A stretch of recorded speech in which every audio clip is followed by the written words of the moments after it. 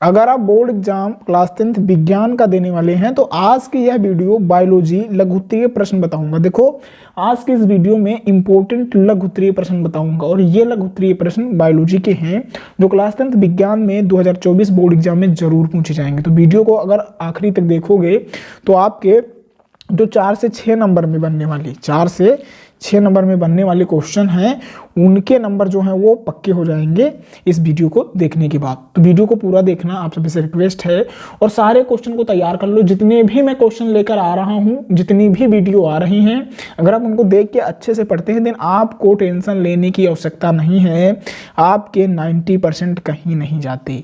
Trust करो, इसी में से आएगा। जो कुछ भी बता रहा हूं वही बोर्ड परीक्षा में आएगा, इसके लिए निश्चिंत रहें आप सभी। ठीक है, तो आओ देखते हैं। हम लघु उत्तरीय प्रश्न देखेंगे, बायोलॉजी पार्ट के हैं, क्लास 10th साइंस के। ठीक है, तो देखो पहला क्वेश्चन क्या है, श्वसन और दहन में अंतर। ये क्वेश्चन जो है वो 4 नंबर में पूछा जाएगा आपके बोर्ड एग्जाम में। ठीक है, तो श्वसन और दहन में आप अंतर तैयार कर लेंगे या फिर श्वसन और दहन की परिभाषा भी उदाहरण सहित पूछी जा सकती है। बट ज्यादातर केस में क्या होता है, जो अंतर है वही पूछा जाएगा श्वसन और दहन में। तो देखो श्वसन सबसे पहले क्या है, यह जैविक नियंत्रण में होने वाली जैव रासायनिक ऑक्सीकरण क्रिया है। क्या है, यह जैविक नियंत्रण में होने वाली जो जैव रासायनिक ऑक्सीकरण की क्रिया है वो क्या है, वो है श्वसन। ठीक है, श्वसन आप समझ गए ना कि श्वसन क्या है। पहला जो अंतर है वो यही है। दूसरा अंतर देखो, इसमें जो पहला अंतर है दहन का, वो क्या है, यह अनियंत्रित रासायनिक ऑक्सीकरण की क्रिया है। क्या है, यह अनियंत्रित है और इसमें क्या होता है, इसमें नियंत्रण होता है। ठीक है,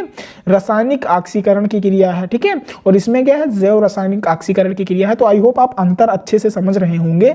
श्वसन और दहन में जो पहला अंतर है वो आप समझ गए हैं। देखो दूसरा क्या है, यह क्रिया सामान्य ताप पर 25 से 45 सेंटीग्रेड पर होती है। यह क्रिया जो है वो सामान्य ताप पर 25 और 45 सेंटीग्रेड के बीच में होती है तथा इसमें कम ऊर्जा उत्पन्न होती है। जो श्वसन है इसमें कम ऊर्जा जो है वो उत्पन्न होती है और ये सामान्य ताप पर 25 से 45 सेंटीग्रेड पर ही क्या होता है, ऊर्जा उत्पन्न करती है। तो ये दूसरा उदाहरण हो गया श्वसन का। ठीक है, अब देखो अंतर दूसरा अंतर है दहन का, वो समझो। यह क्रिया उच्च ताप पर होती है। ध्यान देंगे यहाँ पे, श्वसन जो है वो सामान्य ताप पर होती है जबकि दहन जो है वो उच्च ताप पर होती है। यहाँ पे लिखा हुआ है उच्च ताप पर होती है तथा इसमें उच्च ऊष्मा ऊर्जा उत्पन्न होती है और इसमें ऊर्जा जो है वो उच्च ही उत्पन्न होती है। तो ये आई होप आप समझ गए होंगे दूसरा जो अंतर है श्वसन और दहन में। देखो तीसरा अंतर क्या है, यह क्रिया एंजाइम की सहायता से होता है और जो यह क्रिया होती है श्वसन की वो एंजाइम की सहायता से ही होती है। यानी आप समझ गए कि जो श्वसन है वो एंजाइम की सहायता से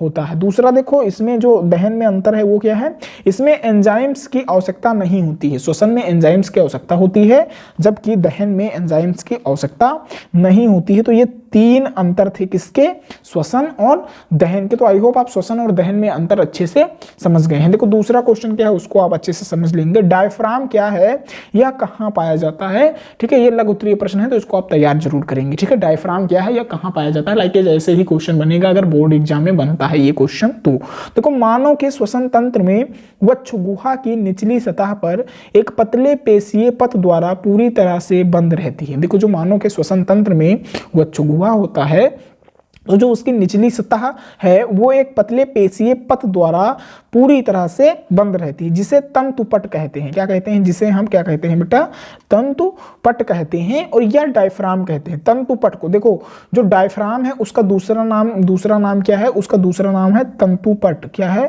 तंतुपट।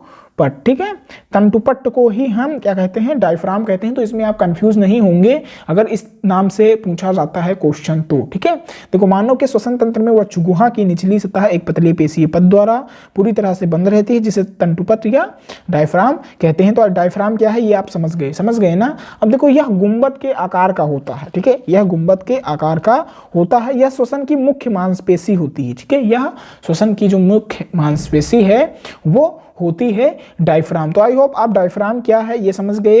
डायफ्राम का आकार कैसा है, गुंबद की तरह है, तो ये समझ गए। या कहां पाया जाता है ये भी आप समझ गए। ठीक है, तो ये क्वेश्चन अगर आपके बोर्ड पेपर में आ रहा है तो आप इसका सोल्यूशन कर देंगे। तो ये दूसरा क्वेश्चन हो गया। तीसरा क्वेश्चन मैं दिखाता हूं आपको क्या है। देखो तीसरा क्वेश्चन भी बहुत ही इंपॉर्टेंट है। तीसरा क्वेश्चन है हीमोग्लोबिन कहां होता है, इसका मुख्य कार्य लिखेंगे आप। उत्तर देखो, रुधिर का रंग लाल रुधिर कणिकाओं जिन्हें हम आरबीसी कहते हैं। क्या कहते हैं, यहाँ पे देख लीजिए आरबीसी।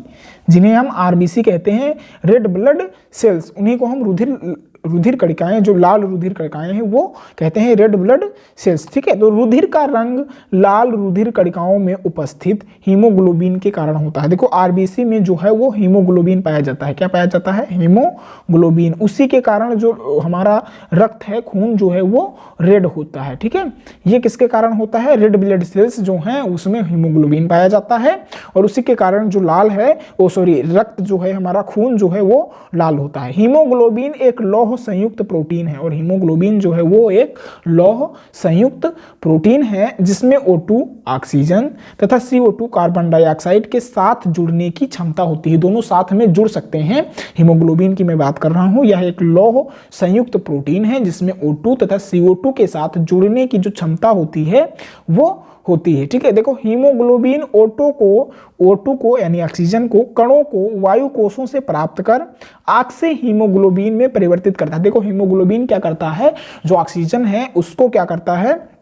उसके कणों को वायु के कोशों से प्राप्त कर जो ऑक्सी हीमोग्लोबिन है उसमें परिवर्तित कर देता है। किसको? ऑक्सीजन को। ठीक है, और ऑक्सीजन का शरीर के विभिन्न सभी अंगों तक या विभिन्न अंगों तक परिवहन करता है। और देखो ऑक्सीजन का जो परिवहन है, जो ट्रांसफर है, वो कौन करता है? वो हीमोग्लोबिन ही करता है। पहले तो हीमोग्लोबिन O2 को ऑक्सी हीमोग्लोबिन में परिवर्तित करता है, देन क्या करता है? वह ऑक्सीजन का पूरे शरीर के सभी भागों में उसका परिवहन करता है, ट्रांसफर करता है। तो आई होप हीमोग्लोबिन क्या है ये समझ गए, कहाँ होता है ये समझ गए, इसका मुख्य कार्य क्या होता है ये समझ गए। ठीक है, और इसमें कौन कौन से जो तंतु हैं वो पाए जाते हैं? इसमें प्रोटीन पाया जाता है। ठीक है, और ऑक्सीजन तथा जो कार्बन डाइऑक्साइड है उसकी जुड़ने की क्षमता जो है वो एक साथ होती है। तो आई होप आप ये समझ गए हीमोग्लोबिन कहाँ पाया जाता है, इसका मुख्य कार्य क्या है।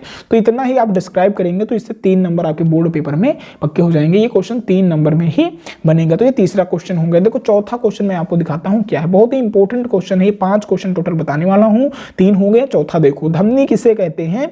पल्मोनरी धमनी में किस प्रकार का रुधिर पाया जाता है? धमनी क्या है ये बताना है। पल्मोनरी धमनी जो है वो, उसमें कौन से प्रकार का रुधिर जो है वो पाया जाता है? उत्तर देखो, धमनी परिसंचरण तंत्र की वह वाहिनिकाएं होती हैं जो रुधिर को हृदय से शरीर के विभिन्न भागों तक ले जाती है। देखो धमनी का मुख्य कार्य क्या होता है? वो परिसंचरण तंत्र जो है हमारा, उसकी वाहिनिकाएं होती हैं और इसका मुख्य कार्य यह है कि रुधिर को हृदय के शरीर के विभिन्न भागों तक, जो रुधिर है, रेड है, क्या कहते हैं, ब्लड है, उसको क्या करती हैं? वो हृदय से, हेड से जो है वो शरीर के विभिन्न भागों तक ले जाती हैं। तो धमनी का मुख्य कार्य क्या है ये आप समझ गए कि धमनी का जो मुख्य कार्य है वो परिसंचरण तंत्र की एक भाग है, वाहिनिकाएं हैं जो क्या करती हैं? जो रुधिर को हृदय से विभिन्न भागों तक लेकर जाती हैं। ठीक है, पल्मोनरी धमनी में अनाक्षीकृत रुधिर पाया जाता है। देखो क्या पूछा?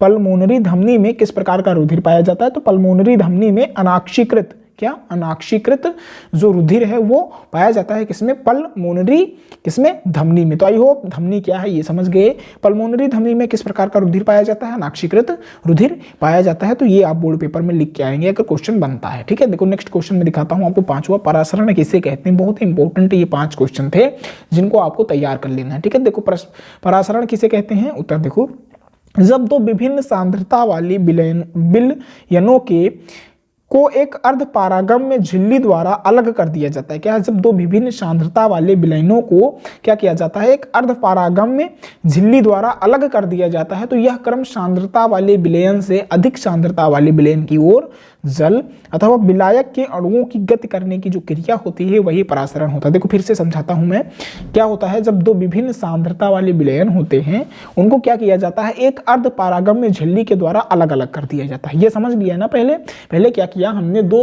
विभिन्न सांद्रता वाले विलयन लिए जिनको हम क्या करते हैं? एक अर्ध पारागम्य झिल्ली के द्वारा अलग अलग कर देते हैं। तो कम, जो जिसकी सांद्रता जो है वो कम है, जिस विलयन की सांद्रता कम है, उसको अधिक सांद्रता वाले विलयन की ओर जो जल है या अथवा विलायक है उसके अणुओं की जो अति गति है वो क्या करती है? वो क्रिया करती है और वही क्रिया क्या कहलाती है? परासरण जो है वो कहलाती है। तो आई होप परासरण क्या है ये समझ गए हैं आप सभी। ठीक है, बहुत ही इंपॉर्टेंट क्वेश्चन था ये परासरण वाला।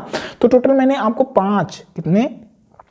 5 इंपॉर्टेंट क्वेश्चन बताए हैं जो बोर्ड एग्जाम की दृष्टि से बहुत ही बेहद ही इंपॉर्टेंट है। आप क्या करेंगे, आप इन सभी प्रश्नों को तैयार करेंगे, अपनी बोर्ड एग्जाम की तैयारी क्लास 10 साइंस की बहुत ही बेहतर ढंग से करेंगे। ये 5 क्वेश्चन जो मैंने बताए हैं, इनमें से कोई ना कोई क्वेश्चन आपके बोर्ड पेपर में जरूर आएगा, इसके लिए आप निश्चिंत रहें और इन सारे क्वेश्चन को जरूर तैयार करेंगे। अगर आपने वीडियो पूरी देखी है तो सारे क्वेश्चन को तैयार करें और अपनी तैयारी को बेहतर करें। अगर किसी भी प्रकार का डाउट या कोई भी क्वेश्चन है तो आप कमेंट के माध्यम से पूछ सकते हैं, हम उसकी जानकारी देने की कोशिश करेंगे। ठीक है, तो फिर मिलते हैं नेक्स्ट वीडियो में, तब तक आप मस्त रहेंगे और अच्छे से अपनी बोर्ड एग्जाम की तैयारी जो है वो करते रहेंगे।